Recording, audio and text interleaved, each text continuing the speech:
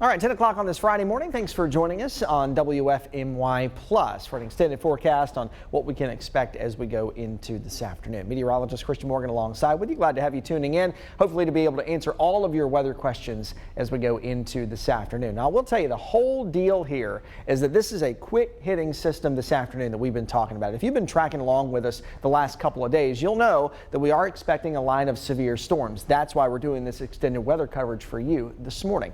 That line doesn't last very long, and it's in and out of here quickly. In fact, I think we have a pretty nice sunset this afternoon, or this evening I should say, shaping up, but this could be an hour or an hour and a half or so of really rough weather for you and your neighborhood. So we're going to break that down on what we can expect heading into the afternoon. So that News 2 weather impact alert, it starts at 2, it goes until 8. I will tell you, I may trim that back some because this thing is starting to really pick up speed.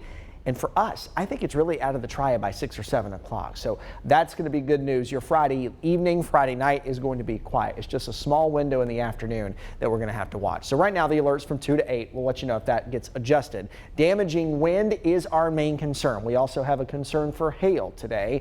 And as you remember, we've already had 2 hailstorms this spring season. Maybe another third as we go into this evening. So a good day to park your car under some shelter, maybe a carport, maybe a garage if you have the ability to do that. But it is one of those afternoons where you're going to want to pay attention to that. Bottom line, just have a way to get warnings, a way to get alerts in case they're issued. One good way to do that is the News 2 weather app. If you don't have it yet, I'd encourage you to download it. It is totally free.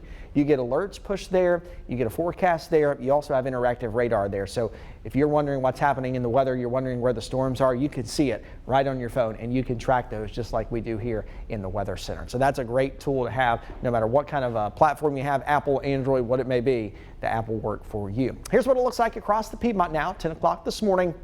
We had some fog early on, and it was a little bit of a damp morning of weather. We even had some more rain in the overnight period, but that was all gone before sunrise. It's taken a little while, but the clouds are finally starting to break apart. You can see that really nice and easy over downtown Greensboro on our sky camera there. Some blue skies showing up in High Point as well, and the sun is peeking out. If you've been outside this morning, you've been feeling it too. The humidity is back. So not only is it warm, it's humid with the muggy air back once again. These storms, though, this afternoon rolling through with a cold front, and that cold front's going to wipe out that humidity again. So it won't be as humid as we get into the upcoming weekend. And yes, drier weather is on the way back as well. So let's show you what we got on radar. Nothing to show you here across the really across the Piedmont at the moment. But I want to zoom out on a wide view, take you back over to Tennessee. And just 30 minutes ago on WFMY 9 a.m. we were showing you how quickly this line of storms was moving across Tennessee. It was around Knoxville over the last 30 minutes. So this thing is really trucking along pretty quickly. There was even an earlier tornado warning along that line out over Tennessee. And that may be a precursor to what we have to deal with for an hour or two as we go into this evening. But that line is on the way. That's the initial line that we're going to be tracking as it rolls through our area later this afternoon. Cold front, that's responsible for this. That front will slide by this evening after that quick hitting shot of storms, and we'll start to dry things out. Now, I can't totally rule out a stray shower or a storm Saturday, but I'm not expecting severe weather, and I do expect most of us will stay dry. That continues into your Sunday too, and on into Monday as well. There is one little extra caveat I'll add here. Yeah, like we need to add something else. But with our winds coming in out of the northwest tomorrow, low pressure taking off to the north and east, it's possible we get a little bit of Canadian wildfire smoke. So if you notice a little bit of haziness in the sky tomorrow, from the Canadian wildfires. I know, just another piece of the puzzle to our crazy week of weather that we've had. All right, let's take you through in time on Futurecast because I really want to show you how this plays out hour by hour as we go into the afternoon. Remember at the beginning, I said that most of our day is going to be quiet, is going to be dry, and is going to be warm. You can see that playing out. Here's 2 o'clock into this afternoon. We're partly cloudy, temperatures in the upper 70s to near 80, and it's sticky. Of course, that sticky warm air is going to be fuel to help pop those thunderstorms and intensify those thunderstorms for this afternoon. But main timing here, 1 to 2 o'clock, you're seeing it come across the mountains and approach the foothills. 2 to 3 o'clock moving into the western Piedmont and approaching our Triad area. I really think this line, if it forms, is going to be through the heart of the Triad between about 3 o'clock and 5 o'clock. So that's Friday evening commute time, but I think it's out of here before dinner time. All right, does that make sense? 3, 4, 5 o'clock, you're watching it push through our area, and then by 5 to 6, it's pushing to our east. And really by 6 o'clock, it could have already cleared Burlington, it could have already cleared Siler City, it could have already cleared Danville. So areas to the west may already be in the clear by then too. These things typically have a tendency to speed up, and I think we're watching that happen with our latest data as it comes in. Again, clearing things out, partly cloudy overnight. Temperatures will go back down into the mid and upper 50s as we start tomorrow. Severe weather risk for our area today. This is one update since early this morning. The Storm Prediction Center has upped our severe risk to a level 3 today for the Triad and areas to the south and east. Now, that doesn't necessarily mean that the storms are going to be worse.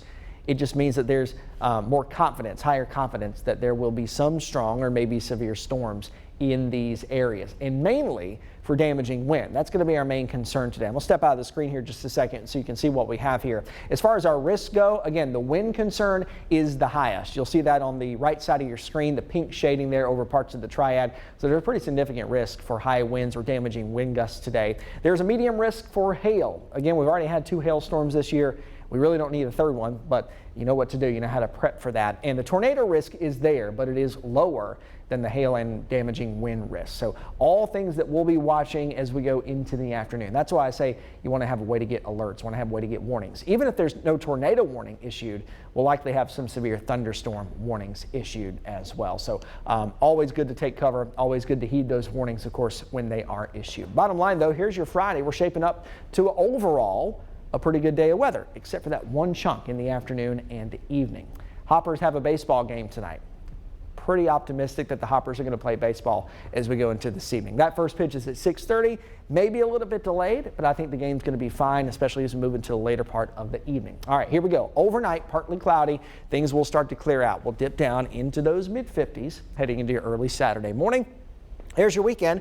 Looks to be in pretty good shape. Outside of a stray shower or an isolated storm, I'm not even guaranteeing that. And if it pops up, that would mostly be north and east of the Triad. Otherwise, we have some sunshine back mixed in with a few extra clouds, 77 for your Saturday. And then Sunday, by and large, is a dry day of weather too. We could even have a couple of areas that dip down into the upper 40s by early Sunday morning. But most of us will wake up to the low 50s and then warm into the upper 70s for Sunday afternoon. From there on out, we go into next week.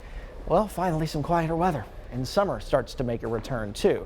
We'll go back up to 80 on Monday and then start to climb back up into the mid 80s as we go in early next week. And I really do expect us to stay dry all the way through Tuesday and Wednesday, mostly Thursday staying dry too. And by that point, we could even approach the upper 80s. So after a wild week of ups and downs and cooler weather to start, summer is going to make a return, especially as we head into the first full week of June. So we just have to jump past today, and then our weather starts to get a little better. If you have plans for the weekend, you should be in good shape there. And then, of course, on into next week too. We need some time to dry things out, Megan. We do.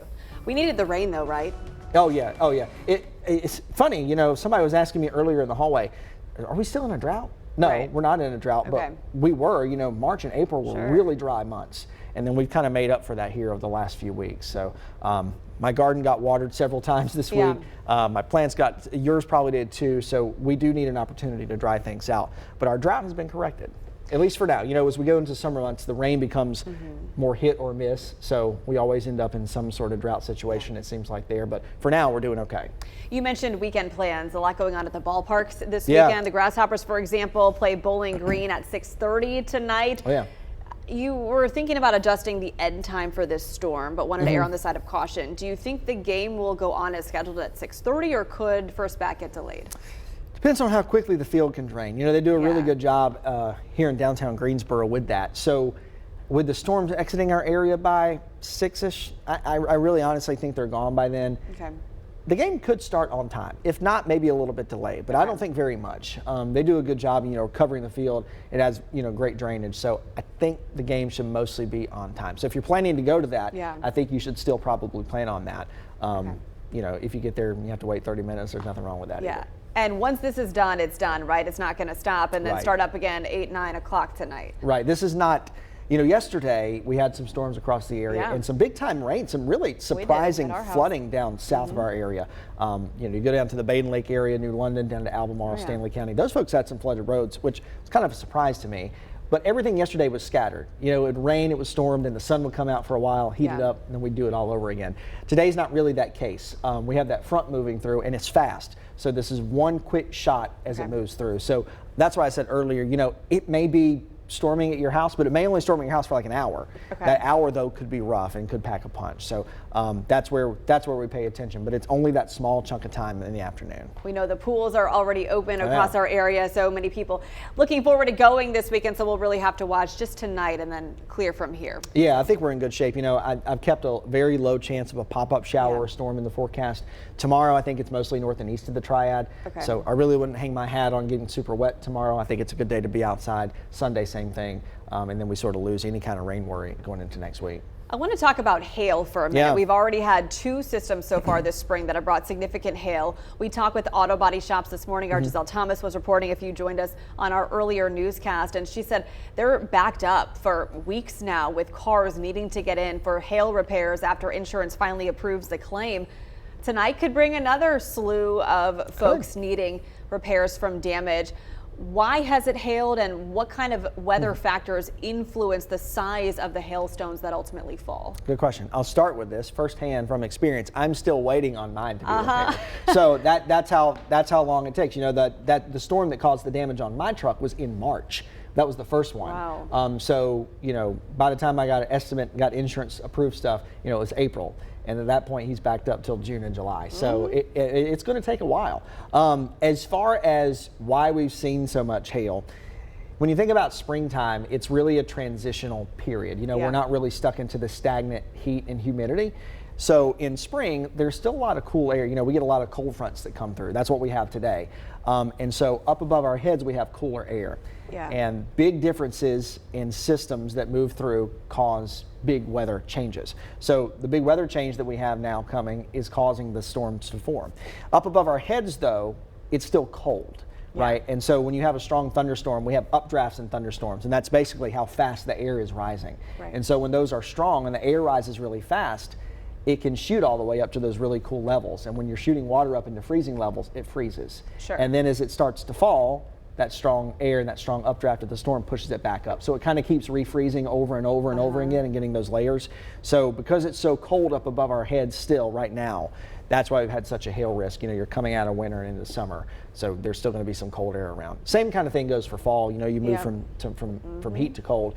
That's why spring and summer spring and fall are our big severe weather seasons. As far as the size of the hail, I mean, just how strong the updraft is, how long that stone can get suspended. If it keeps getting bounced back up and forth, it eventually gets too heavy and it falls down. But depending on how strong the storm is. If they're really tall, we're talking 30, 40,000 feet storms, you're going to have some nice size hail in that. Yeah, the expert interviewed this morning, Chris Fulton, was talking about how hail he's noticed has gotten larger, at least in the recent storms, probably because of that air temperature, as you said. But I remember talking to him a few years ago when I was getting my own car repaired, and he said from a fixing standpoint, the larger stones are actually easier to pop out and less labor intensive than those really small ones where you could have hundreds, if not thousands, of dents on your car.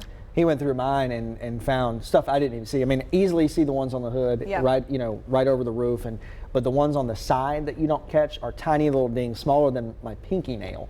And those are the ones that he said are really tough to get out because you have to be so precise, and it's very tedious work.